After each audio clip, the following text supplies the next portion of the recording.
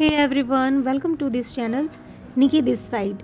तो जैसा कि आपको पिछली वीडियो से पता चल गया होगा कि मैं अभी जस्ट पिकनिक से रिटर्न हो रही हूँ अपनी बेटी के स्कूल से। उसके बाद पूरा का पूरा घर मेरा अस्त व्यस्त हो रखा था, मतलब चीज़ें ऑर्गेनाइज्ड बिल्कुल भी नहीं थी।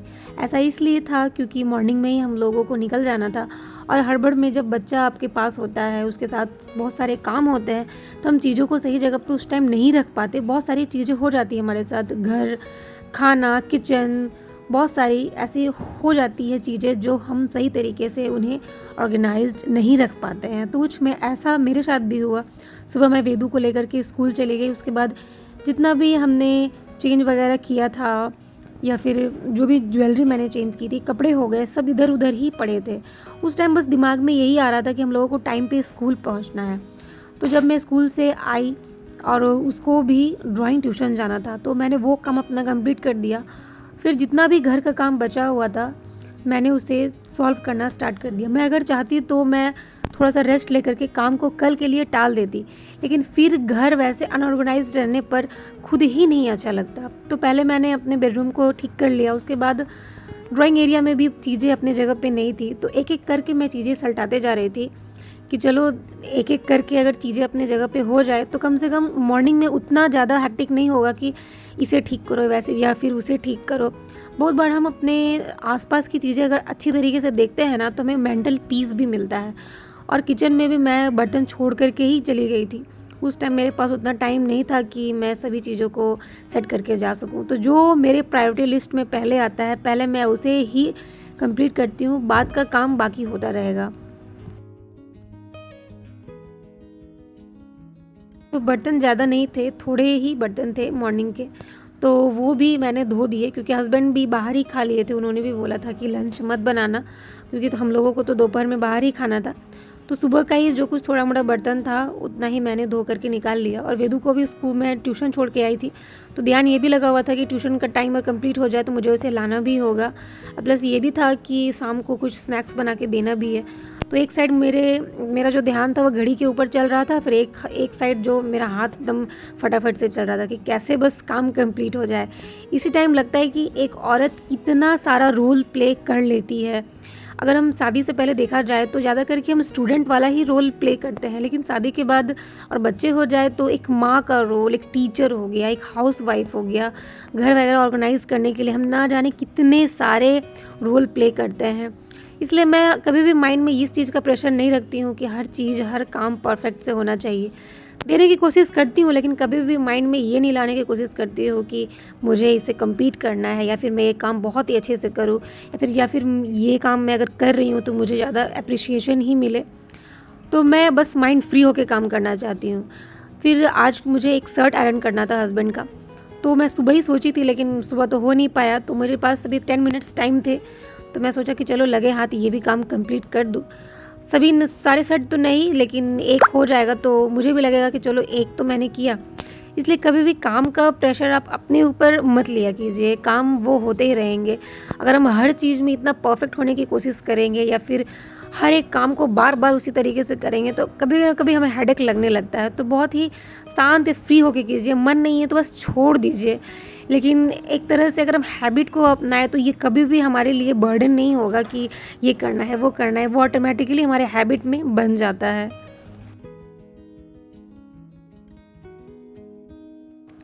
वो आयरन का तो काम कंप्लीट हो गया। अब सेकंड मुझे बचा हुआ था कि कुछ मैं उसके लिए स्नैक्स रेडी कर दूँ। तो मुझे लगा कि क्या मैं बनाऊँ। जब मैं उसे ड्राइंग ट्यूशन से लेकर के आई तो वो बोली कि मम्मी पास्ता बना दो। तो फ्रिज में भी पास्ता के लिए सब्ज़ी वगैरह थी, तो फटाफट से मैं गाजर को चॉप करने लगी। गाजर को मैंने बहुत ही बारीक तरीके से काट लिया। उसके बाद मैं थोड़ी सी मटर छीमी ली थी, एक प्याज की कली थी और प्याज और शिमला मिर्च दे करके मैं इसका स्नैक्स बना देती हूँ। तो मैं जब इस तरह की जब चीज़ें वो बोलती है तो मैं ज़्यादा से ज़्यादा उसे सब्जियाँ खिलाने की कोशिश करती हूँ। वैसे पास्ता तो एकदम सूजी से ही बनी हुई थी ये, लेकिन फिर भी मैं सोचती हूँ कि अगर इसी बहाने बच्चों को सब्जियाँ ज़्यादा अमाउंट में मिल जाए तो बहुत ही अच्छी बात है। छुपे छुपाए वो इसे खा भी लेते हैं, उन्हें पता भी नहीं चलता। तो सब्ज़ी खाने में उतना नखरा तो नहीं करती है, लेकिन जब भी मुझे टाइम मिलता है मैं कुछ ना कुछ एक्स्ट्रा सब्ज़ी डाल करके ही उसे खिलाने की कोशिश करती हूँ। तो इस तरह से पास्ता में ये सब सब्जियाँ दे जाने से मेरा काम हो गया। और वो इतनी थक चुकी थी कि फिर वो रात को उठी भी नहीं ना डिनर करने के लिए। वो इसी से अपना पेट भर ली और सो भी गई। तो मैं दोबारा उसे नहीं उठाने गई क्योंकि पिकनिक के दिन वो बहुत ज़्यादा ही दोपहर में खेल ली थी, वहाँ पे बहुत ज़्यादा उसे थकान हो गई थी। और मैं यहाँ पर ला करके उसे ड्राइंग ट्यूशन के लिए भी भेज दी, क्योंकि वीक में एक ही दिन होता है। अगर उतना भी अगर हम बच्चों के ऊपर नई हैबिट डालें तो वो बहुत ही ज़्यादा एकदम बॉयलर की तरह हो जाते हैं। तो उन पर भी थोड़ा सा लगना चाहिए कि नहीं, मुझे ये भी चीज़ आज करनी है, मुझे मेरा ट्यूशन है तो मुझे वो नहीं एब्सेंट करना है। तो ये हैबिट स्टार्टिंग से अगर हम बच्चों में दें तो वो आगे चलकर बहुत ही अच्छा होगा। वो अपने एकेडमिक में भी अच्छा करेंगे, साथ ही अपना पर्सनल लाइफ में भी ये हैबिट को अपना करके वो अच्छा कर सकते हैं।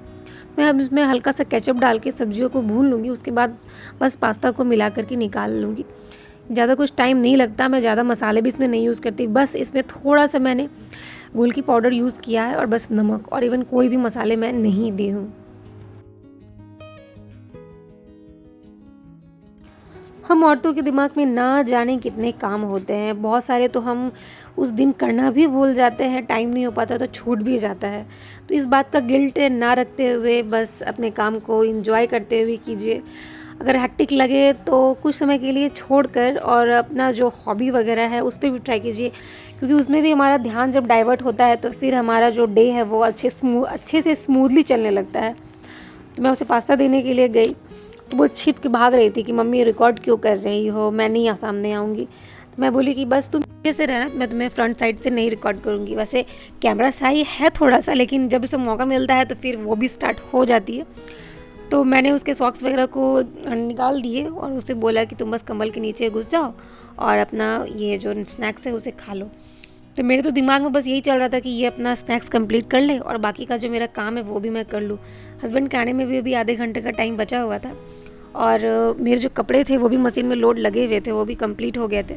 तो मैं सोची कि उसे खिला करके अपना भी काम कंप्लीट कर लेती हूँ।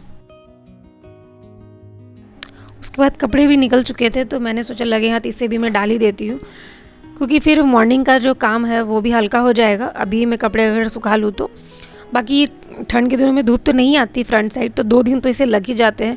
इवन मशीन से अच्छे तरीके से ड्राई करके निकालो फिर भी इसे टाइम लग जाता है। तो इसी बहाने चलो मेरा कपड़ा भी साफ़ हो गया, उसे स्नैक्स भी मिल गया, लेकिन वो खुद से खाएगी नहीं। मेरे ध्यान में अभी भी यही चल रहा है कि वो खुद से खा नहीं रही होगी। मैं बीच बीच में उसे बोल रही थी कि वेदू अपना स्नैक्स ख़त्म करो, क्योंकि जब बच्चे थके हुए होते हैं ना तो उन्हें बस नींद प्यारी होती है।